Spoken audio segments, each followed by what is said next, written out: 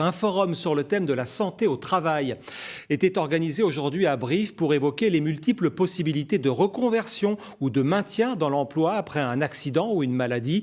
Dans le cadre de la semaine du handicap, l'objectif est de faire mieux connaître les organismes qui accompagnent les salariés. Exemple concret avec deux employés que Nicolas Chigot et Andrea Ballot ont rencontrés.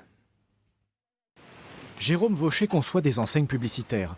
En 2017, le diagnostic tombe, il est atteint d'une maladie génétique dégénérative.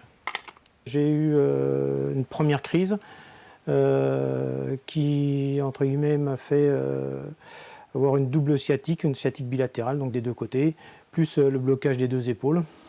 Après un parcours du combattant, Jérôme est pris en charge par Cap Emploi. 9 000 € lui sont octroyés pour automatiser une partie de son travail.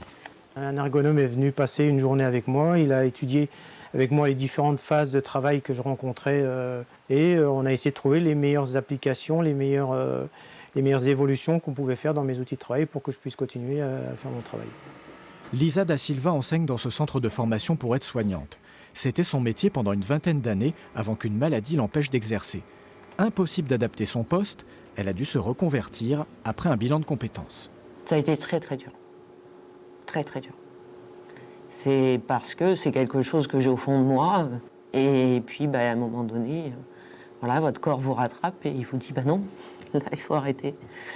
Et puis cette solution de formateur en secteur sanitaire et social me permet de continuer à transmettre.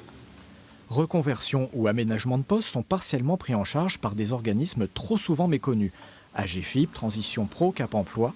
Ils permettent pourtant d'éviter le licenciement pour inaptitude. Dès lors qu'il y a une difficulté de santé qui peut entraîner une difficulté à occuper son poste, il y a des possibilités de dispositifs pour soutenir la sécurisation du parcours professionnel. Avec des organismes comme les Cap Emploi, quand les employeurs ont recours à leurs services, dans plus de 9 cas sur 10, il va y avoir une solution de maintien en emploi.